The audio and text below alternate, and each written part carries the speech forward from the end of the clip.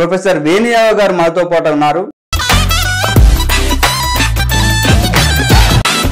ఈ కులగణన చేస్తామని చెప్పింది. అక్కడ దేశంలో రాహుల్ గాంధీ కావచ్చు, ఇక్కడ కాంగ్రెస్ పార్టీ కావచ్చు మాట్లాడుతున్నారు, చేసింది. సో ఈ కులగణన వల్ల నిజంగానే ప్రజలకు న్యాయం జరుగుతుందా?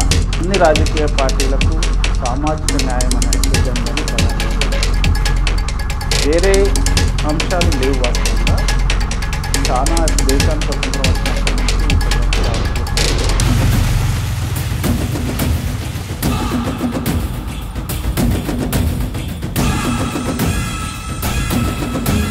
ఈ సామాజిక వర్గాలు వేరే సిద్ధాంతాల వైపు, వేరే ఎజెండా వైపు ఆకర్షితులు ఇలా ఆకర్షితులు అయ్యే పరిస్థితి లేదు. సామాజిక న్యాయం అనే ఒక ఇద్దరు ముగ్గురు గురించి మిగతా అన్ని కూడా మళ్ళీ పాలకులాగా తీసుకున్న పరిస్థితి మనకు క్లియర్గా కనిపిస్తుంది తెలంగాణ రాష్ట్రంలో. సో దాన్ని ఎట్లా చూడవచ్చు? మాటలతో చెప్పుకున్నారు తప్ప చేతుల కాడికి వచ్చే వరకు, ఆచరణ కాడికి వచ్చే వరకు వాస్తవంగా చేయడం. ప్రభుత్వానికి ఇష్టం లేకపోయినా ప్రజల నుంచి వస్తున్న ఒత్తిళ్ల మేరకు విద్యావంతులు, మేధావులు, కుల సంఘాలు, విద్యా సంఘాల నుంచి అదే తెలంగాణ రాష్ట్రంలో కులగణన జరిగింది. మరి విద్యకు సంబంధించి తర్వాత వాళ్ళకు ఉన్నటువంటి ఆర్థిక పరిస్థితులు అన్నీ కూడా ఇన్ఫర్మేషన్ తీసుకున్నారు, కానీ ఎందుకు బయట పెట్టలేకపోయింది కాంగ్రెస్ పార్టీ? సమాచారాన్ని, సర్వేకి సంబంధించిన సమాచారాన్ని కమిటీ ఏదైతే ఉందో అది పూర్తి సమాచారాన్ని బయటకు తీసుకురావడానికి కొంత సమయం పట్టే అవకాశం ఉంది. ఇంకో వారం పదివేలు.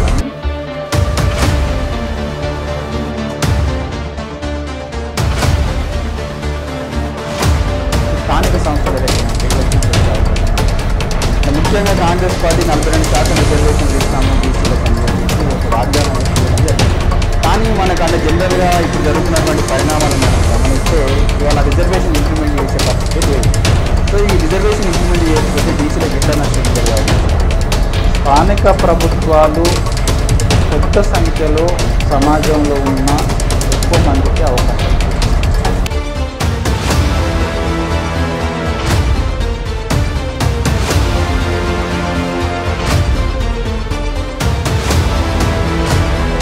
కాబట్టి 42% ఇస్తేనే ఆ సామాజిక వర్గాలకి పెద్ద ఎత్తున అక్కడ ప్రాతినిధ్యం దొరికే.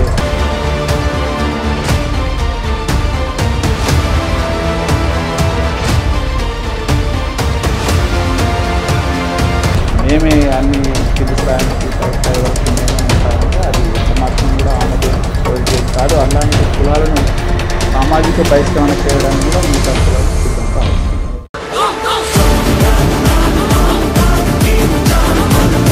నమస్తే, వెల్కమ్ టు యాదవ్ విజన్. నేను మీ నక్క Mahesh Yadav. Today our special guest గత కొన్నేళ్లుగా సామాజిక న్యాయం కోసం పోరాటం చేస్తున్న వ్యక్తి, అదేవిధంగా ప్రొఫెసర్ వేణుయాదవ్ గారు మాతో పాటు ఉన్నారు. సో సామాజిక న్యాయం కోసం అనేక మీటింగులు నిర్వహిస్తూ ఇవాళ ప్రజల్ని చైతన్యం చేయడం కోసము అనేక ఆర్టికల్స్ కూడా రాయడం జరిగింది. సో అసలు ఏంటి సామాజిక న్యాయం అంటే ఏంది, ఈ సామాజిక న్యాయం వల్ల అన్ని వర్గాలకు న్యాయం జరుగుతుందా లేదా అనే విషయాల మీద మాట్లాడే ప్రయత్నం చేద్దాం. సార్ నమస్తే. బాగున్నారా సార్?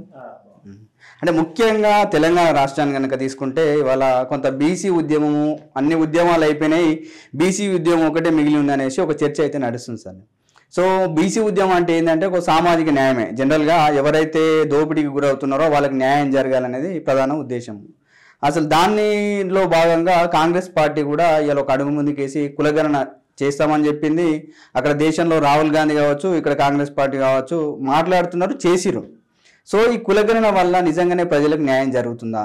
వాస్తవంగా అన్ని రాజకీయ పార్టీలకు సామాజిక న్యాయం అనే ఎజెండాని ప్రధానమైన ఎజెండా. వేరే అంశాలు లేవు. వాస్తవంగా చాలా ఇప్పుడు దేశానికి స్వతంత్రం వచ్చినప్పటి నుంచి ఇప్పటి వరకు రాజకీయ పార్టీలు రకరకాల ఎజెండాలతో ముందుకు వెళ్ళి ఎన్నికల్లో గెలిచి అధికారాన్ని చేపట్టినాయి. అయితే సామాజిక న్యాయం అనే ఎజెండాగా రాజకీయ పార్టీలు ఇప్పటి వరకు వెళ్ళిన చరిత్ర లేదు. గత లాస్ట్ ఇయర్ ఎన్నికల్లో, లోక్సభ ఎన్నికల్లో చూస్తే కాంగ్రెస్ పార్టీ పూర్తిగా సామాజిక న్యాయం ఎజెండాగానే ముందుకు వెళ్ళింది దేశవ్యాప్తంగా. ఆ కాంగ్రెస్ పార్టీ నాయకత్వంలో పనిచేస్తున్న అనేక రాజకీయ ప్రాంతీయ పార్టీలు కూడా సామాజిక న్యాయ ఎజెండాగానే ముందుకు వెళ్ళడం జరిగింది. అందులో కొంత సక్సెస్ కూడా కాగలిగారు. అధికారంలో రాకపోయినప్పటికీ కూడా వాళ్ళు సామాజిక న్యాయం ఎజెండాను ముందుకు తీసుకువెళ్ళడంలో విజయం సాధించారని చెప్పవచ్చు. వాళ్ళు ఇష్టం లేని రాజకీయ పార్టీలను కూడా సామాజిక న్యాయం ఎజెండాను వాళ్ళ వైపు దృష్టి సాగించారు. బీజేపీ, కమ్యూనిస్టులు సైతం ఈరోజు సామాజిక న్యాయం కులగణన చేస్తే తప్ప ఈ దేశంలో అందరికీ సామాజిక న్యాయం జరగదు అన్న విషయం అన్ని రాజకీయ పార్టీలు గమనించుకున్నాయి. దాన్ని కాంగ్రెస్ పార్టీని అప్రిషియేట్ చేయాల్సిందే, అభినందించాల్సిందే. అందులో ప్రధానంగా ఏదైతే ఓబీసీల నాయకత్వం బీహార్లో పెద్ద ఎత్తున ఉంది కాబట్టి బీహార్లో మొట్టమొదటిసారిగా కులగణన చేయడం, అది అన్ని రాష్ట్రాలకు ఆదర్శంగా ఉండడం, ఇతర రాజకీయ పార్టీలు కూడా కులగణనను, కుల సర్వే ఆవశ్యకతను గుర్తించడం, దేశవ్యాప్తంగా చర్చ జరగడం అనేది జరుగుకుంటూ వస్తుంది. కాబట్టి ఇవాళ ఏ రాజకీయ పార్టీలకు కూడా వేరే అంశము అనేది లేదు. ఏ అంశంతో ప్రజల వద్దకు ముందుకెళ్ళాలంటే సామాజిక న్యాయము, సోషల్ జస్టిస్ ఎజెండాగా మాత్రమే ముందుకు వెళ్తే తప్ప ప్రజల దగ్గరికి వెళ్ళే పరిస్థితి లేదు. రాజకీయ పార్టీలు రకరకాల ఎజెండాలు, రకరకాల సిద్ధాంతాలు, వాదాలతో ముందుకు వెళ్ళి గత 50-60 సంవత్సరాలుగా బీసీలను, ఎస్సీ ఎస్టీలను మోసం చేసుకుంటూ వచ్చాయి, అధికారానికి దూరం చేసుకుంటూ వచ్చాయి. వాళ్ళ అవసరాలు తీరలేదు, అధికారంలో భాగస్వాములు కాలేదు, అభివృద్ధి చెందలేదు. కాబట్టి ఈ సామాజిక వర్గాలు వేరే సిద్ధాంతాల వైపు, వేరే ఎజెండా వైపు ఆకర్షితులు కాకుండా ఇలా ఆకర్షితులు అయ్యే పరిస్థితి లేదు. ఒక సామాజిక న్యాయం గురించి మాట్లాడితే తప్ప వేరే దేని గురించి మాట్లాడినా కానీ ఈరోజు బీసీలు కానీ, ఎస్సీ ఎస్టీలు కానీ ఆ రాజకీయ పార్టీల వైపు చూసే పరిస్థితి లేదు. ఈ ఒక్క సోషల్ జస్టిస్ గురించి, సామాజిక న్యాయం గురించి అయితే పార్టీలు సామాజిక న్యాయం గురించి మాట్లాడుతున్నాయి సార్. కానీ అంటే ఇంప్లిమెంటేషన్కి వచ్చేసరికి పదవుల విషయంలో కావచ్చు, లేకపోతే నామినేటెడ్ పదవులన్నీ కూడా ఇవాళ సామాజిక న్యాయం అనే ఒక 2-3 చూయించి మిగతా అన్నీ కూడా మళ్ళీ పాలక కులాలే తీసుకునే పరిస్థితి అయితే మనకు క్లియర్గా కనిపిస్తుంది తెలంగాణ రాష్ట్రంలో కూడా. సో దాన్ని ఎట్లా చూడవచ్చు మనం? అంటే వాళ్ళు మాటలతో చెప్తున్నారు తప్ప చేతల కాడికి వచ్చే వరకు, ఆచరణ కాడికి వచ్చే వరకు వాస్తవంగా చేయడం లేదు. వాళ్ళను ఆచరించేటట్టుగా చేయాలంటే బీసీ సామాజిక వర్గాలు, వివిధ కుల సంఘాలు, విద్యావంతులు, మేధావులు ఈ సామాజిక చైతన్యాన్ని పెంచడం ద్వారానే అది సాధ్యమవుతుంది. ఇప్పుడు ఈరోజు రాష్ట్రంలో కుల సర్వే జరిగింది పెద్ద ఎత్తున. ప్రభుత్వానికి ఇష్టం లేకపోయినా ప్రజల నుంచి వస్తున్న ఒత్తిళ్ల మేరకు విద్యావంతులు, మేధావులు, కుల సంఘాలు, బీసీ సంఘాల నుంచి వస్తున్న ఒత్తిడిని తట్టుకోలేక రాష్ట్ర ప్రభుత్వం అనివార్యంగా కుల సర్వే చేసింది. దానికి సంబంధించిన నివేదికను కూడా పారదర్శకంగా కొంత బయట పెట్టింది, సంపూర్ణంగా నివేదికను బయట పెట్టలేదు. అయితే సంపూర్ణ నివేదికను పబ్లిక్ డొమైన్లో పెడితే తప్ప అన్ని కులాలు, ఇప్పుడు కుల సర్వే ఎందుకు చేసినాము అంటే ఏ కులం ఏ స్థాయిలో ఉంది, వాళ్ళ యొక్క ఆర్థిక స్థితిగతులు, రాజకీయ, సామాజిక, విద్య, ఉద్యోగ, ఉపాధి అవకాశాలలో వాళ్ళు ఏ స్థాయిలో ఉన్నారు అనేది పూర్తిగా సంపూర్ణ సమాచారం రాబట్టే ఉద్దేశంలో భాగంగానే ఈ కుల సర్వే చేయడం జరిగింది. ఆ సర్వే చేయాలి, ఆయా కులాల యొక్క స్థితిగతులకు అనుగుణంగా ప్రభుత్వాలు కూడా చర్యలు చేపట్టాలి. గతంలో ప్రభుత్వాలు అనేక రకాల ప్రణాళికలు, విధానాలు తీసుకున్న నిర్ణయాలు ఎందుకు సఫలీకృతం కాలేదు, వైఫల్యం చెందినాయి అంటే వాస్తవ సమాచారం ఆ ప్రభుత్వాల దగ్గర లేదు. జనగణన చేసిరు తప్ప అన్ని సామాజిక వర్గాల యొక్క స్థితిగతులను సంపూర్ణంగా తీసుకొని దానికి అనుగుణమైన నిర్ణయాలు తీసుకోవడంలో ప్రభుత్వాలు ఫెయిల్ అయ్యాయి. కాబట్టి ప్రణాళికలు ఎందుకు ఫెయిల్ అయినాయి, విధానాలు ఎందుకు ఫెయిల్ అయినాయి, నిర్ణయాలు ఎందుకు ఫెయిల్ అయినాయి అంటే వాళ్ళ దగ్గర ఖచ్చితమైన సమాచారం లేదు. అంటే సమాజం స్థితిగతులు వేరుగా ఉన్నాయి, వాళ్ళు తీసుకున్న నిర్ణయాలు ఇంకో రకంగా ఉన్నాయి. కాబట్టి నిర్ణయాలు వేరు, ఉన్న సమస్యలు వేరుగా ఉన్నప్పుడు మనం విజయం రావడం ప్రభుత్వానికి అనేది అది సాధ్యం కాదు. గతంలో ఫెయిల్ అయినామంటే కారణం ఇది. జనగణన చేసినాం. ఇప్పుడు దేశానికి స్వతంత్రం రాకముందు 1931 వరకు కుల సర్వే జరిగింది. బ్రిటిష్ వాళ్ళు వాస్తవంగా భారతదేశాన్ని ఎక్కువగా అర్థం చేసుకున్నారని చెప్పడానికి కారణం ఏంటంటే వాళ్ళు వివిధ కులాల వారిగా సర్వే చేసిరు. వివిధ కులాల వారిగా సర్వే చేసినప్పుడే ఆ సామాజిక వర్గం యొక్క స్థితిగతి ఏంది అనేది అర్థమవుతుంది.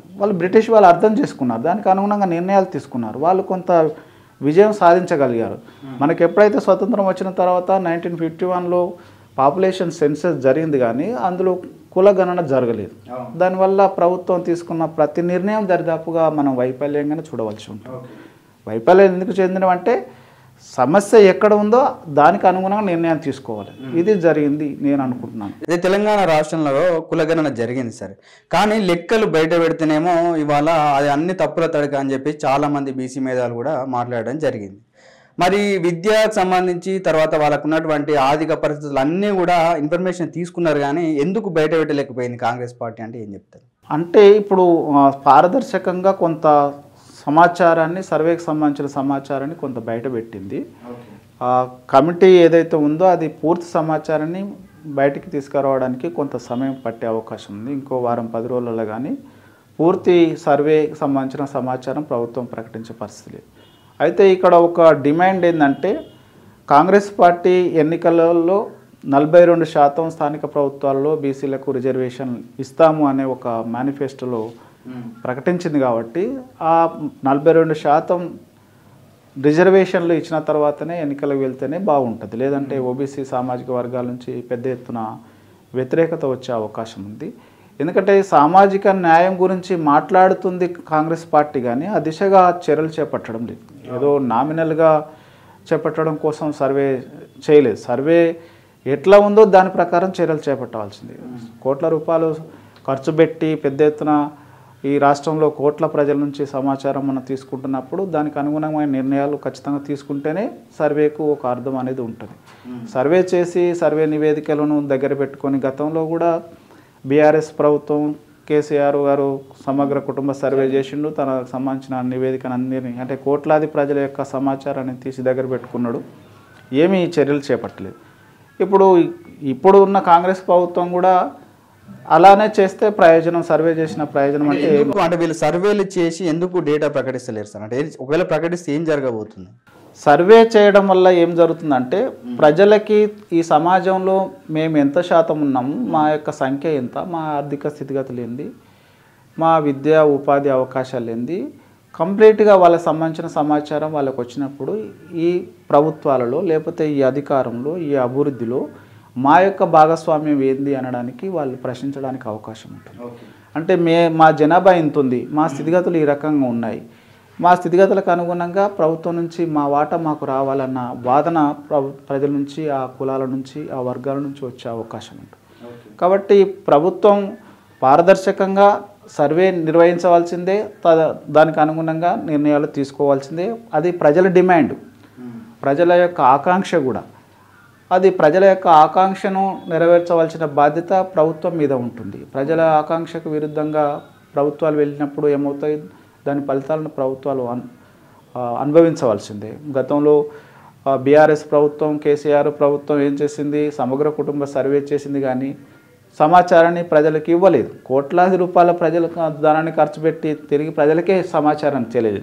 ఆయన ఖర్చు పెట్టి సర్వే చేయడానికి ఖర్చు పెట్టిన డబ్బంతా ఎవరిది? ప్రజల ధనం. ప్రజల ధనాన్ని ఖర్చు పెట్టి సర్వే చేయించి దానికి సంబంధించిన నివేదికను తీరా మళ్ళీ ప్రజలకే ఇవ్వలేదు. అది పెద్ద తప్పిదం. అలాంటి విధానం అనేది కరెక్ట్ కాదు. ఇప్పుడు కాంగ్రెస్ ప్రభుత్వం కూడా సర్వే చేస్తే సర్వేకు ఏమాత్రం కూడా సహకరించలేదు.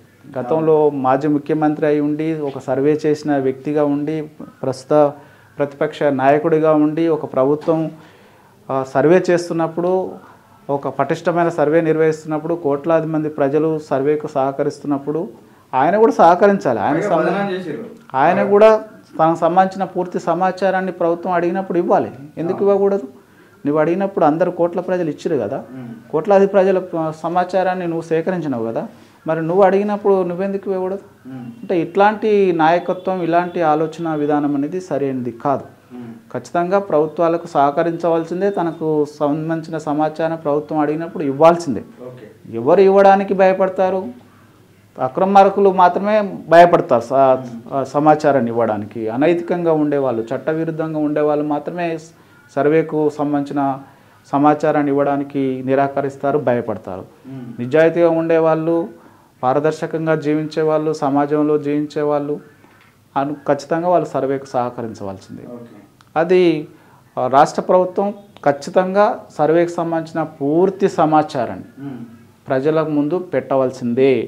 దాన్ని దాస్తే దాన్ని సర్వే నిర్వహించిన దానికి ఏమాత్రం కూడా అర్థం కాదు. ఎందుకంటే సర్వే నిర్వహించడానికి ప్రభుత్వం చేసిన ఖర్చు ప్రజాధనం, ప్రజాధనాన్ని ఖర్చు పెట్టినప్పుడు ఆ ప్రజల సమాచారాన్ని తీసుకున్నప్పుడు వాళ్ళ సమాచారాన్ని వాళ్ళకు మళ్ళీ తిరిగి తెలియజేయాలి. అంటే ప్రభుత్వాలు ప్రజాప్రభుత్వాలు అన్నప్పుడు ప్రజల సమాచారాన్ని తీసుకున్నప్పుడు ప్రజాధనాన్ని ఖర్చు పెట్టినప్పుడు ఖచ్చితంగా ప్రజలకు జవాబుదారీగా ఉండాల్సిందే, ప్రజలకు సంబంధించిన సమాచారాన్ని పూర్తిగా ఇవ్వాల్సిందే. ఇవ్వకపోతే ప్రజల నుంచి వ్యతిరేకత వస్తుంది, ప్రజలు ప్రశ్నిస్తారు, నిలదీస్తారు. వాళ్ళకి ఇమ్మీడియట్గా కాకపోయినా దాని పరిణామాలు చూడవలసిన పరిస్థితి ప్రభుత్వాలకు ఉంటుంది. అయితే కేంద్ర ప్రభుత్వం విషయానికి వస్తే వాళ్ళు కూడా జనరల్గా ఈ కులగణన చేస్తే జాతీయతకు దెబ్బతింటుంది, తర్వాత ఏదో దేశద్రోహం లెక్క మాట్లాడిన పరిస్థితి ఉన్నది సార్.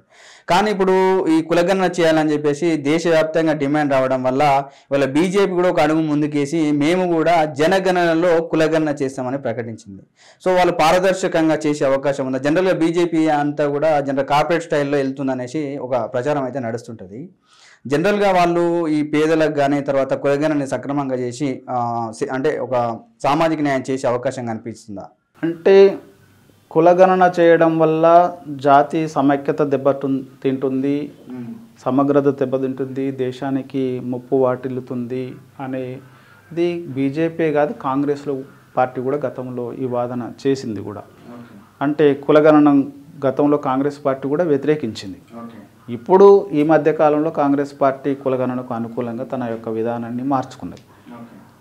అయితే బీజేపీ కూడా మారుతున్న పరిస్థితులకు అనుగుణంగా బీజేపీ వైఖరి కూడా స్పష్టంగా మారిపోయింది. అన్ని రాజకీయ పార్టీలు కుల సర్వేకి అనుకూలంగా ముందుకు వెళ్తున్నప్పుడు ఆ కుల సర్వే చేయాలి, సామాజిక న్యాయం జరగాలి అని అన్ని రాజకీయ పార్టీలు అటువైపు వెళ్తున్నప్పుడు, ప్రజలంతా ఆ దృక్పథంతో ఉన్నప్పుడు బీజేపీ పార్టీ కూడా అటువైపు అనివార్యంగా ఇష్టం ఉన్నా లేకపోయినా తప్పనిసరి పరిస్థితిలో సామాజిక న్యాయం వైపు వెళ్ళవలసిందే. దేశవ్యాప్తంగా కుల సర్వే చేసి ఆ కులాల వారీగా లెక్కలు తేల్చాల్సిందే, ఆ కులాల వారీగా అభివృద్ధి కార్యక్రమాలు చేపట్టవలసిందే. ఇప్పుడు ఈడబ్ల్యూఎస్ రిజర్వేషన్లు ఇచ్చారు. ఈడబ్ల్యూఎస్ రిజర్వేషన్లు ఇస్తున్నప్పుడు ఏ జాతీయ సమైక్యత గురించి, జాతీయ సమగ్రత గురించి, లేకపోతే దేశ అభద్రతలో పెడుతుందని ఎక్కడ చర్చ జరగలేదు. ఇప్పుడు పోరాటం చేస్తున్న వాళ్ళకి రిజర్వేషన్లు ఇవ్వాలి. ఎవరైతే పాలనా వ్యవస్థలకు దూరంగా ఉన్నారో, అవసరాలు తీరకుండా సమస్యల వలయంలో ఉన్నారో, లేదా అభివృద్ధిలో భాగస్వామ్యం కావడం లేదు, అధికారంలో భాగస్వామ్యం కావడం లేదు, ఆ వర్గాలకి ప్రభుత్వం వాళ్ళ పట్ల దృష్టి పెట్టాలి. కానీ పాలనా వ్యవస్థలో భాగస్వాములు అయ్యే వాళ్ళు, అవసరాలు తీర్చుకునే వాళ్ళు, పాలక కులాల వాళ్ళు, వాళ్ళ నుంచి ఏమాత్రం డిమాండ్ లేదు, మాకు ప్రత్యేక సౌకర్యాలు కావాలని చెప్పేసి వాళ్ళు అభివృద్ధిలో భాగస్వాములు అవుతున్నారు, అధికారంలో భాగస్వాములు అవుతున్నారు. దరిదాపుగా రాజ్యాంగపరమైన ఫలాలన్నీ కూడా పరిమిత కులాలు అనుభవిస్తున్నాయి. అనుభవిస్తున్న వాళ్ళు తిరిగి మళ్ళీ రిజర్వేషన్లు తీసుకున్నారు. అంటే దరిదాపుగా ఇట్లాంటి రిజర్వేషన్లు బహుశా ప్రపంచంలో ఎక్కడ కూడా ఉంటాయి. దేశానికి ఈడబ్ల్యూఎస్ రిజర్వేషన్ల వల్ల కట్ ఆఫ్ అనేది జనరల్గా ఓసీ కేటగిరీ వాళ్ళు కూడా ఇవాళ దళితుల కంటే దరిద్రంగా కూడా అంటే తక్కువ మార్కులు వచ్చినా కూడా మేము వెనకబడిపోయినాము, ఆర్థికంగా నష్టపోయినాం అనే విధంగా వాళ్ళ మార్కులు కానీ వాళ్ళ కట్ ఆఫ్ కానీ కనిపిస్తుంది సార్. సో ఈడబ్ల్యూఎస్ అనేది కుట్రగా చూడొచ్చా, లేకపోతే నిజంగానే న్యాయంగానే తీసుకుంటున్నారు వాళ్ళు?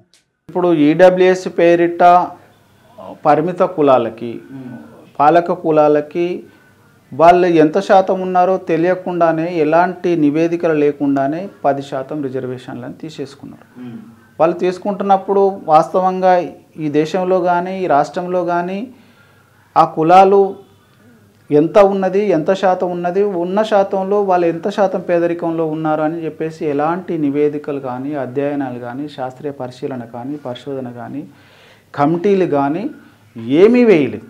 వాళ్ళు అధికారంలో ఉన్నారు కాబట్టి, పాలక కులాలు కాబట్టి వాళ్ళ వర్గాలకి వాళ్ళు ఇంత ఇవ్వాలని అనుకున్న క్షణమే వెంటనే వాళ్ళకి ఇచ్చేసుకున్నారు. దరిదాపుగా దేశ పార్లమెంటరీ వ్యవస్థలోనే ఎట్లాంటి నివేదికలు లేకుండా, చర్చ జరగకుండా, అధ్యయనాలు జరగకుండా పార్లమెంటులో అత్యంత వేగంగా ఆమోదం పొంది దేశవ్యాప్తంగా అమలు చేయబడుతున్న ఏకైక చట్టం అంటే ఈడబ్ల్యూఎస్ రిజర్వేషన్. వాళ్ళు సఫరర్స్ కాదు. ప్రభుత్వము ఎవరు సఫరర్స్ మీద దృష్టి పెట్టాలి, వెనుకబడ్డ వాళ్ళ మీద, లేకపోతే బాగా ప్రభుత్వాల మీద ఆశించే స్థాయిలో ఉన్న వర్గాల పట్ల దృష్టి పెట్టవలసిన ప్రభుత్వాలు ఏమాత్రం కూడా అడగని, అవసరం లేని వర్గాల మీద దృష్టి పెట్టి వాళ్ళు ఎంత శాతం ఉన్నారో అధ్యయనం లేకుండా, పరిశోధన లేకుండా వాళ్ళకు పాలక కులాలు కాబట్టి ఆ వర్గాలకు ఇంత ఇవ్వాలనుకున్నారు, వాళ్ళు ఇచ్చేసుకున్నారు. దాన్ని దేశ న్యాయ వ్యవస్థలు కూడా సమర్థించినాయి. అదే ఓబీసీ సామాజిక వర్గాలకు వచ్చేవరకు ఇప్పటి వరకు దేశంలో 2 రకాల కమిషన్లు వేశారు. ఏ ఒక్క కమిషన్ నివేదికను కూడా అమలు చేయడానికి ప్రభుత్వాలు ఇష్టపడలేదు. అంటే ఓబీసీలకు రిజర్వేషన్లు ఇవ్వడానికి కమిటీలు కావాలి, నివేదికలు కావాలి, చర్చలు జరగాలి, అవి చట్టబద్ధత కల్పించాలి. ఆ చట్టబద్ధత కల్పిస్తే అవి దేశ న్యాయ వ్యవస్థ ముందు నిలబడాలి. ఇన్ని రకాల దశలు దాటుకుంటూ వెళ్తే తప్ప ఓబీసీలకు న్యాయం జరిగే పరిస్థితి లేదు. మరి ఆ వర్గాలకు ఇవ్వాలనుకున్నప్పుడు వాళ్ళు ఎంత సులభంగా ఇచ్చేసుకున్నారు అంటే దీన్ని ఏంది వాస్తవంగా ఆర్థిక కోణంలో రిజర్వేషన్లు అనేది రాజ్యాంగంలో ఎక్కడా లేదు. సామాజికంగా విద్యాపరంగానే ప్రత్యేక సదుపాయాలు కల్పించాలి ఆ వర్గాలకు అని చెప్పేసి రాజ్యాంగంలో పేర్కొన్నారు. ఆర్థిక కోణంలో రిజర్వేషన్లు అనేది రాజ్యాంగంలో లేదు. కానీ ఆ లేని దాన్ని కూడా దేశ న్యాయ వ్యవస్థలు కొట్టివేయలేదు. ఇది ఈడబ్ల్యూఎస్ రిజర్వేషన్లు ఖచ్చితంగా రాజ్యాంగ విరుద్ధము, రాజ్యాంగ వ్యతిరేకంగా, రాజ్యాంగాన్ని ఉల్లంఘించే విధమైన రిజర్వేషన్లు తప్ప అవి రాజ్యాంగబద్ధమే కాదు, చట్టబద్ధమైనవి కాదు, సమాజం ఆమోదయోగ్యమైన రిజర్వేషన్లు కావి. వాటి ఉద్దేశం ఏంటంటే భవిష్యత్తులో అసలు రిజర్వేషన్ల విధానాన్నే మొత్తం కొలాప్స్ చేయాలన్న ఉద్దేశంలో భాగంగానే వాస్తవంగా ఈ ఈడబ్ల్యూఎస్ రిజర్వేషన్లు తీసుకురావడం జరిగింది. అంటే జనరల్గా పేదరికం ఎక్కడ ఉన్నా పేదరికాన్ని దాన్ని అందరం ఆ పేదరికాన్ని నిర్మూలించడానికి ప్రభుత్వాలు నిర్ణయాలు తీసుకోవాల్సిందే, వాళ్ళ పట్ల ప్రత్యేక శ్రద్ధ పెట్టవలసిందే. అది ఫార్వర్డ్ కమ్యూనిటీసా, ఓబీసీ సామాజిక వర్గాల, ఎస్సీల, ఎస్టీల, మైనార్టీల, ఎక్కడ పేదరికం ఉన్నా, ఎక్కడ సమస్య ఉన్నా సమస్య నిర్మూలన కోసం ప్రభుత్వం చర్యలు చేపట్టాలి. ఆ సఫరర్స్ మీద దృష్టి పెట్టకుండా ఏమాత్రం సఫర్ కాని వర్గాల పట్ల ప్రత్యేక శ్రద్ధ చూపుంది అంటే ఆ వర్గాలు, పాలక వర్గాలు అంటే వాళ్ళ చేతుల్లో అధికారం ఉంది కనుక, వ్యవస్థలు వాళ్ళ చేతుల్లో ఉన్నాయి కనుక వాళ్ళు ఇష్టానుసారంగా వెళ్తారు, వాళ్ళకు నిర్ణయాలు వాళ్ళకు అనుకూలంగా తీసుకుంటారు అనేది ఈడబ్ల్యూఎస్ రిజర్వేషన్ మనకు ఒక చక్కని ఉదాహరణ. దీంట్లో యాన్యువల్ ఇన్కమ్ కూడా బీసీలకు 2 లక్షలు ఉంటే 2 లక్షలు దాటితే క్రిమిలేయర్ పెట్టారు సార్. వాళ్ళకి 8 లక్షలు పెట్టడంలో అసలు ఏంటి అంటే అట్లా పెట్టడానికి కారణం ఏమైంటుంది? అదే వాళ్ళ వ్యవస్థలు వాళ్ళ చేతుల్లో ఉన్నాయి కనుక, రాజ్యాంగ వ్యవస్థలే వాళ్ళ చేతుల్లో ఉన్నాయి, చట్ట వ్యవస్థలు వాళ్ళ చేతుల్లో ఉన్నాయి కాబట్టి వాళ్ళు ఎంత అనుకుంటే ఏది చేయాలనుకుంటే అది చేసేస్తారు. కాబట్టి వాళ్ళ ఇష్టానుసారంగా ముందుకెళ్తున్నారు. దాన్ని అడ్డుకోవాలంటే ఎస్సీ, ఎస్టీ, బీసీ సామాజిక వర్గాలు రాజకీయ వ్యవస్థలలో, చట్టసభల్లో పెద్ద ఎత్తున వాళ్ళ సంఖ్యాబలం ఉంటే తప్ప ఇట్లాంటి రాజ్యాంగ వ్యతిరేకమైన చట్టాలను రాకుండా అడ్డుకోవడం అనేది సాధ్యం కాదు. బీసీలు రాజకీయాలు చేయాల్సిందే, చట్టసభల్లో ప్రవేశించవలసిందే, ప్రాతినిధ్యం పెంచుకుంటేనే మనకు రావాల్సిన వాటా మనకు వస్తుంది. అది రిజర్వేషన్లు కావచ్చు, అధికారం కావచ్చు, అవకాశాలు కావచ్చు, గౌరవం కావచ్చు, అభివృద్ధి కావచ్చు, ఏదైనా రావాలంటే రాజకీయాల్లో, చట్టసభల్లో మన సంఖ్యాబలం ఉన్నప్పుడు మాత్రమే అది సాధ్యమవుతుంది. సంఖ్యాబలం లేకపోతే ఏమీ చేయలేము. అది ఈడబ్ల్యూ రిజర్వేషన్ ఒక సమాజ్వాదీ పార్టీ తప్ప దరిదాపు అన్ని రాజకీయ పార్టీలు ఈడబ్ల్యూ రిజర్వేషన్లను వ్యతిరేకించలేదు. కొన్ని రాజకీయ పార్టీలు అయితే వాటిని ఆమోదించి చాలా అంటే రాజ్యాంగ వ్యతిరేకమైన నిర్ణయాలకు వాళ్ళు పాల్పడ్డారనే చెప్పవచ్చు వాస్తవంగా. అయితే ముఖ్యంగా తెలంగాణ రాష్ట్రంలో తీసుకుంటే వచ్చే 1-2 నెలల్లో మనకు స్థానిక సంస్థల ఎలక్షన్లు వచ్చే అవకాశం ఉంది సార్. అంటే ముఖ్యంగా కాంగ్రెస్ పార్టీ 42% రిజర్వేషన్లు ఇస్తాము బీసీలకు అని చెప్పేసి ఒక వాగ్దానం అనేది తీయడం జరిగింది. కానీ మనకు అంటే జనరల్గా ఇప్పుడు జరుగుతున్నటువంటి పరిణామాలను కనుక గమనిస్తే ఇవాళ రిజర్వేషన్ ఇంప్లిమెంట్ చేసే పరిస్థితి లేదు. సో ఈ రిజర్వేషన్ ఇంప్లిమెంట్ చేయకపోతే బీసీలకు ఎట్లా నష్టం జరిగే అవకాశం ఉంది? స్థానిక ప్రభుత్వాలు పెద్ద సంఖ్యలో సమాజంలో ఉన్న ఎక్కువ మందికి అవకాశాలు కల్పిస్తాయి. అంటే స్థానిక ప్రభుత్వాలు ప్రజల జీవితంలో ఎక్కువ మమేకమై పనిచేస్తాయి. అంటే ప్రజల రోజువారీ జీవన విధానంలో భాగస్వాములు అయ్యే వాళ్ళు ఎవరంటే స్థానిక ప్రభుత్వాలు, స్థానిక ప్రతినిధులతోనే సాధ్యమవుతుంది. ఇది చాలా సంఖ్య ఎక్కువ ఉంటుంది కాబట్టి 42% ఏదైతే ఎన్నికల మేనిఫెస్టోలో కాంగ్రెస్ పార్టీ పెట్టిందో ఆ దిశగా అమలు చేయడానికి ఈ రాష్ట్రంలో కుల సర్వే కూడా నిర్వహించింది. ఆ కులాలు 56% ఓబీసీ సామాజిక వర్గాలు ఉన్నాయి అని చెప్పేసి కూడా అసెంబ్లీలో రాష్ట్ర ముఖ్యమంత్రి ప్రకటించిండు.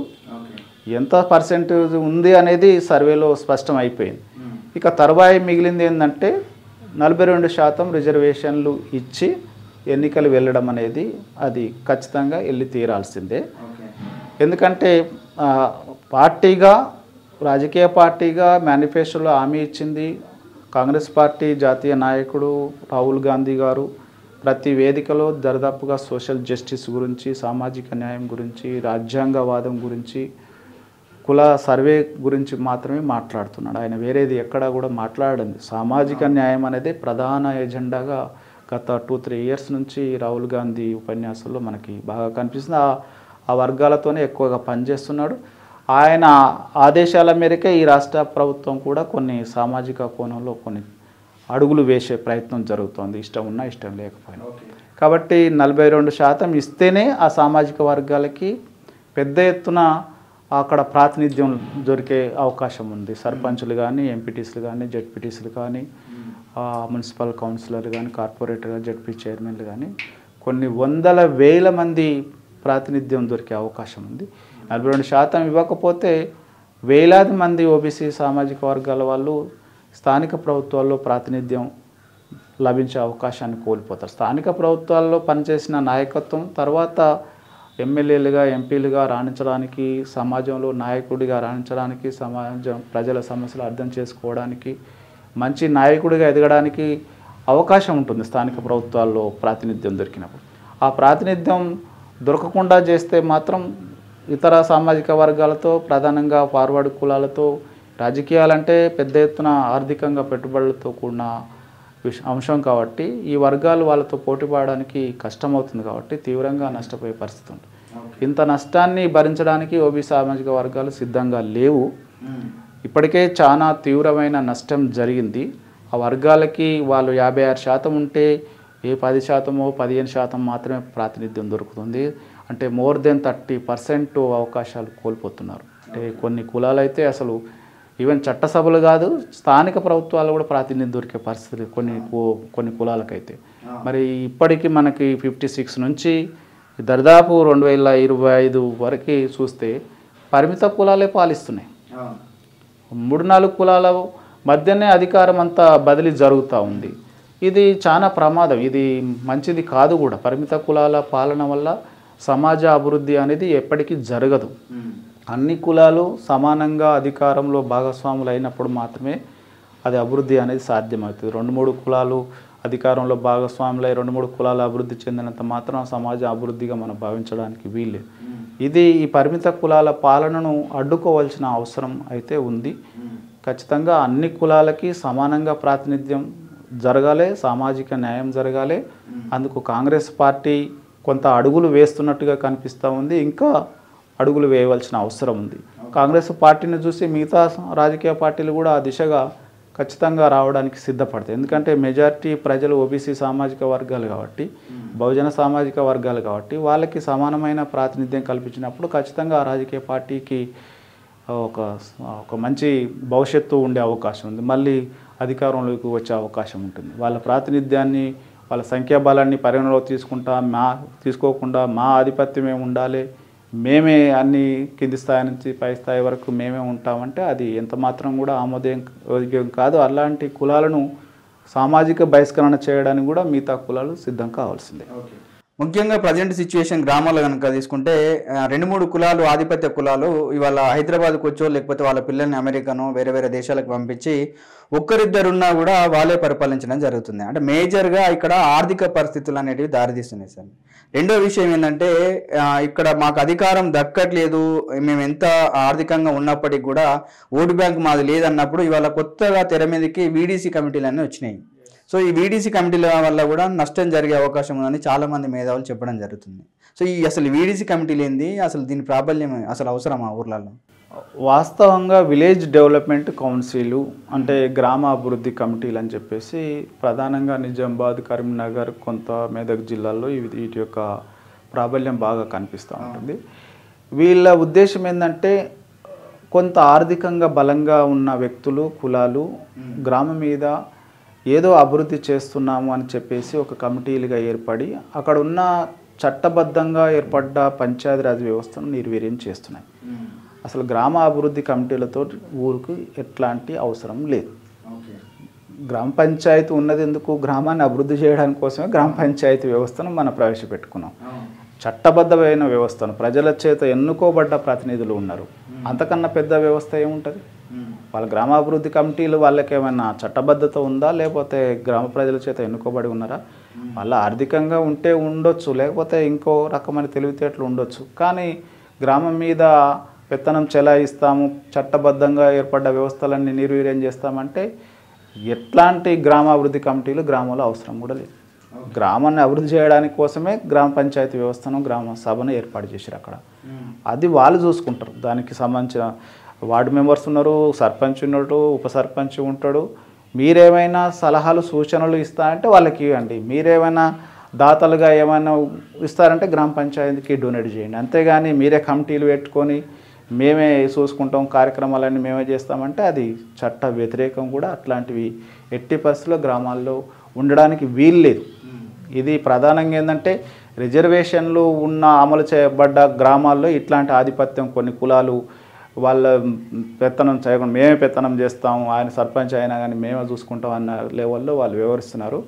గ్రామ అభివృద్ధి కమిటీలు గ్రామ అభివృద్ధి కోసం పనిచేయవలసిన అవసరం లేదు. గ్రామంలో చట్టబద్ధంగా, రాజ్యాంగబద్ధంగా ఏర్పాటు చేయబడ్డ పంచాయతీరాజ్ వ్యవస్థలు ఉన్నాయి.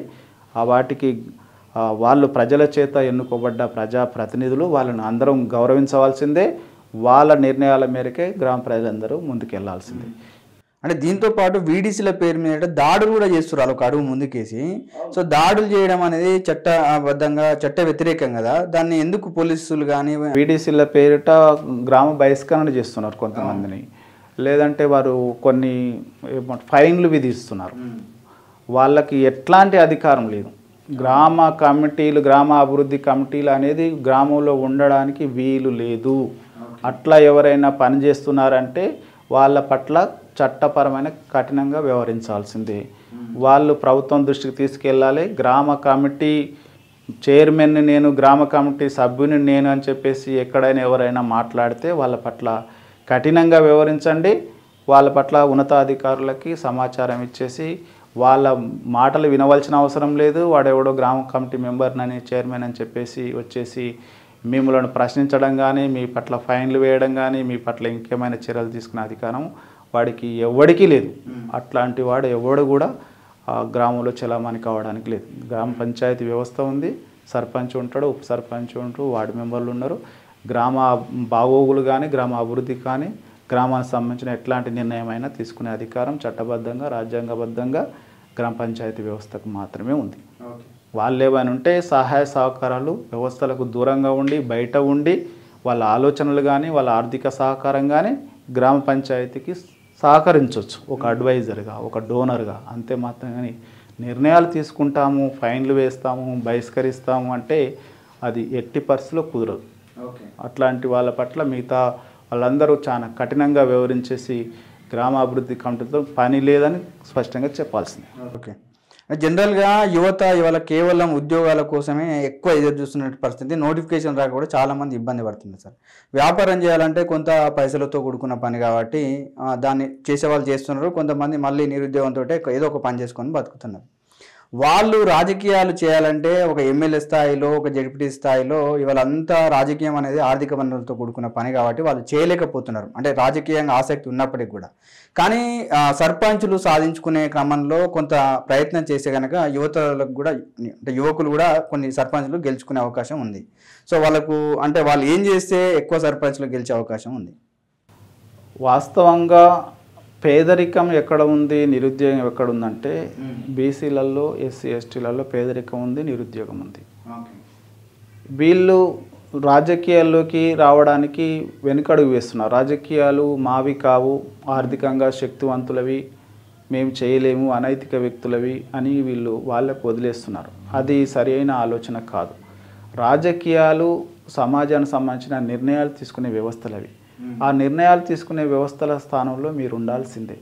మీరు అట్లలోకి ఎట్లా ప్రవేశిస్తారు అనేది మీ యొక్క తెలివితేటల మీద ఆధారపడింది. డబ్బే ప్రధానము, లేకపోతే ఇంకో ఆర్థిక శక్తే ప్రధానం అని అనుకొని వాటిని దుష్ట శక్తులకు, దుర్మార్గులకు, ఆధిపత్య శక్తులకు వదిలేసి వాళ్ళ నిర్ణయాల వల్ల ఇబ్బంది పడేది, సఫర్ అయ్యేది మన సామాజిక వర్గాల వల్ల. కాబట్టి వాటిని ఎట్టి పరిస్థితుల్లో దూరంగా ఉండొద్దు, వాటిని ఆ వర్గాలకు వదిలివేయద్దు. మనము, మన జనాభా ఉంది, మన ఆలోచనలు ఉన్నాయి, మన వాళ్ళకి నచ్చజెప్పాలి, మన తాత్వికతను బోధించాలి. మన రేపొద్దున మన నాయకత్వంలో ఏం చేస్తాం, ఏం చేయగలుగుతాము అనేది మన సామాజిక వర్గాలకు నచ్చజెప్పి ఆ వ్యవస్థలోకి ప్రవేశించడానికి కావాల్సిన విధంగా ఆలోచనలు చేయాలి. మనకు సంఖ్యాబలం ఉంది, వాడికి సంఖ్యాబలం లేక డబ్బు బలంతో రాజకీయ వ్యవస్థలను తన వశం చేసుకోవాలని చూస్తున్నాడు. మనకు సంఖ్యాబలం ఉంది, ఆలోచన విధానం ఉంది. మన ఆలోచన విధానంతో మన వాళ్ళ అభిమానాన్ని చూరగొని వ్యవస్థలోకి మనం ప్రవేశించడం వల్ల మన సామాజిక వర్గాల జీవితాల్లో పెద్ద ఎత్తున మార్పు వస్తుందన్న విషయాన్ని మనం తెలియజేయగలగాలి. వాళ్ళ ప్రవేశం వల్ల మన జీవితాలు మరింత నాశనం అవుతా అన్న విషయం కూడా మనం చెప్పాలి. ఎందుకంటే సుదీర్ఘకాలంగా వాళ్ళ నాయకత్వంలోనే వాళ్ళ కబంధాస్తాల్లోనే వ్యవస్థలు ఉన్నాయి కాబట్టి మన జీవితాలు ఈ విధంగా నష్టపోయిన తీవ్రంగా అణచివేతకు అనేక రకాల సమస్యలకు ఇబ్బందులకు కారణం ఏంటంటే వాడి యొక్క నాయకత్వం, వాడి వ్యవస్థను కబ్జా పెట్టుకోవడం. అదేదో మన నాయకత్వం ఉంటే, వ్యవస్థలు మన చేతుల్లో ఉంటే మన వర్గాల జీవితాలలో పెద్ద ఎత్తున మార్పు వచ్చే అవకాశం ఉంటుంది అన్న విషయాన్ని మన వాళ్ళకి నచ్చజెప్పినట్టయితే ఖచ్చితంగా మన నాయకత్వాన్ని అంగీకరిస్తారు. వ్యవస్థలో మన ప్రవేశం ఉంటుంది. ఆ వ్యవస్థలను మన వర్గాలకు అనుగుణంగా పనిచేసే విధంగా మనం తయారు చేసుకోవచ్చు. సో యువత, ప్రధానంగా ఓబీసీ సామాజిక వర్గాల యువకులు ఖచ్చితంగా రేపు వచ్చే స్థానిక ప్రభుత్వాల ఎన్నికల్లో పెద్ద ఎత్తున ప్రవేశించడానికి యువత చైతన్యవంతంగా ముందుకు వెళ్లాల్సిందే. రేపొద్దున మున్సిపల్ ఎన్నికల్లో కానీ పంచాయతీ ముఖ్యంగా బీసీ యువత కావచ్చు, యాదవ్ యువత కావచ్చు, ఇవాళ కొంతమంది ఆసక్తి ఉన్న వాళ్ళు కూడా ఇవాళ ఒక అపోహలో ఉండి అనేక రకాల సిద్ధాంతాలు వాళ్ళ భుజాన వేసుకొని మోసి అలసిపోయి ఇవాళ లాస్ట్కు చివరికి ఆసక్తి ఉన్న వాళ్ళు కూడా రాజకీయాల్లో రాణించలేక ఎక్కడ కూడా వాళ్ళు ఒక ప్రభావం చూపెట్టలేకపోతున్నారు సార్. వాళ్ళు ఏ పర్స్పెక్టివ్లో వెళ్తే కనుక ఖచ్చితంగా ఒక మంచి నాయకత్వం అనేది బలపడే అవకాశం ఉంది. మనము దాదాపు దేశానికి స్వతంత్రం వచ్చినప్పటి నుంచి మనకి అనేక రకాల సిద్ధాంతాలు, వాదాలు మన సామాజిక వర్గాల ముందుకు తీసుకొచ్చి పెట్టడం జరిగింది. మన వాళ్ళ మెదళ్ళలో రకరకాల సిద్ధాంతాలు పేరుకుపోయి ఉన్నాయి. అది జాతీయవాదం కావచ్చు, ప్రాంతీయవాదం కావచ్చు, హిందుత్వవాదం కావచ్చు, కమ్యూనిజం కావచ్చు, ఇంకా భాషావాదం కావచ్చు. ఈ అనేక రకాల వాదాలు, సిద్ధాంతాలు మన వాళ్ళ ఆకర్షితులు కావడం, అటువైపు పరుగులు తీయడం, దానివల్ల ఆ సిద్ధాంతాలన్నీ, ఆ వాదనలు అన్నీ కూడా ఆ దోపిడీ కులాలకి, ఆధిపత్య కులాలకి, పాలక కులాలకి అధికారాన్ని వాళ్ళకు మాత్రమే మార్చగలిగినాయి తప్ప ఆ సిద్ధాంతాలు ఏవి కూడా మన సామాజిక వర్గాలకు అధికారాన్ని కట్టబెట్టిన సిద్ధాంతాలు కావు. అంటే ఆ సిద్ధాంతాల ముసుగులో మనం చాలా నష్టపోయిన అన్న విషయాన్ని బీసీ, ఎస్సీ, ఎస్టీ సామాజిక వర్గాల యువత, ప్రజానీకం గమనించుకోవాల్సిన అవసరం ఉంది. అంటే ఆ సిద్ధాంతాలు మనల్ని మోసం చేసినాయి, మనల్ని దగా చేసినాయి, మనల్ని పేదరికంలోకి నెట్టేసినాయి, నిరుద్యోగంలోకి నెట్టేసినాయి, అనేక రకాల సమస్యల వలయంలోకి నెట్టేసినాయి. కేవలం మనల్ని భ్రమలో, భ్రాంతిలో, అపోహలలో ముంచేసి మనల్ని 3 తరాల జీవితాలను, 3 తరాల ప్రజానీక జీవితాలను నాశనం చేసినాయి. కాబట్టి ఆ సిద్ధాంతాల వైపు మనం వెళ్ళవలసిన అవసరం లేదు. అంటే వాటిలో మోసపోయినాము అనేది చరిత్ర చెప్తున్న సత్యం. చరిత్ర చూస్తే ఆ సిద్ధాంతాలు విజయవంతమైనవి, మన సామాజిక వర్గాలు ఓడిపోయారు. అంటే సిద్ధాంతాలు గెలిచినాయి, మన వాళ్ళు ఓడిపోయారు. ఇక మనకు ఓటమి అనేది ఉండకూడదు మన సామాజిక వర్గాలకి అంటే ఖచ్చితంగా ఎస్సీ, ఎస్టీ, బీసీ వర్గాల ప్రజానీకం ఖచ్చితంగా సామాజిక న్యాయం, సోషల్ జస్టిస్ మూమెంట్లో మాత్రమే భాగస్వాములు అయితే మాత్రమే మన సామాజిక వర్గాల యొక్క జీవితాల్లో మార్పు వస్తుంది, భవిష్యత్తు బాగుండడానికి అవకాశం. వేరే సిద్ధాంతాలన్నిటినీ పక్కకు పెట్టి మనం అందరము సామాజికవాదము, సోషల్ జస్టిస్ మూమెంట్లో మాత్రమే భాగస్వాములం అవుదాము, మన భవిష్యత్ తరాల జీవితాలను అద్భుతంగా మార్చుకుందాము అనేది నేను చెప్పదలుచుకున్నాను. ముఖ్యంగా ఇవాళ తెలంగాణ రాష్ట్రంలో కనుక తీసుకుంటే ఇవాళ అంతో ఎంతో బీసీ వాదము బలపడ్డ తర్వాత ఇవాళ వచ్చినటువంటి నామినేటెడ్ పోస్టులు తీసుకుంటే ఎస్సీ, ఎస్టీ, బీసీలకి కనిపిస్తున్నాయి. మన మినిస్టర్లు కూడా నాన్ రెడ్డి వాళ్ళకే ఇవ్వడం జరిగింది. సో దాన్ని ఎట్లా చూడొచ్చు సార్? అంటే కుల సర్వే రాష్ట్ర ప్రభుత్వం నిర్వహించిన తర్వాత పెద్ద ఎత్తున ఈ రాష్ట్రంలో సామాజిక న్యాయం అనే వాదం పెద్ద ఎత్తున బలపడింది. దాని మీదనే చర్చ జరుగుతున్నాయి. అనేక రకాల సదస్సులు, సమావేశాలు, పత్రికలలో ప్రకటనలు, కుల సంఘాలు, బీసీ సంఘాలు, విద్యావంతులు, మేధావులు సామాజిక న్యాయం కోణంలోనే పనిచేయడం వల్ల ప్రభుత్వాలు అనివార్యంగా ఖచ్చితంగా ఈ వర్గాలకు న్యాయం చేయాలన్న ఆలోచన వైపు రావాల్సిన పరిస్థితి ఏర్పడింది. అందులో భాగంగానే ఈ మధ్య జరిగిన ఎమ్మెల్సీ ఎన్నికల్లో దాదాపుగా ఎమ్మెల్సీ స్థానాలన్నీ ఎస్సీ ఎస్టీ బీసీలకే రావడం, అన్ని రాజకీయ పార్టీలు ఇవ్వడం అనేది జరిగింది. ఇటీవల జరిగిన మంత్రివర్గ విస్తరణలో కూడా అంటే పాలక కులాలకే కాకుండా ఇతర ఎస్సీ ఎస్టీ బీసీ వర్గాలకి ఇవ్వడం జరిగింది. అయితే దీన్ని మనకు న్యాయం జరిగింది అన్నట్టుగా భావించుకోవడానికి వీళ్ళు, మనకు రావాల్సిన వాటా ఇంకా రాలేదు.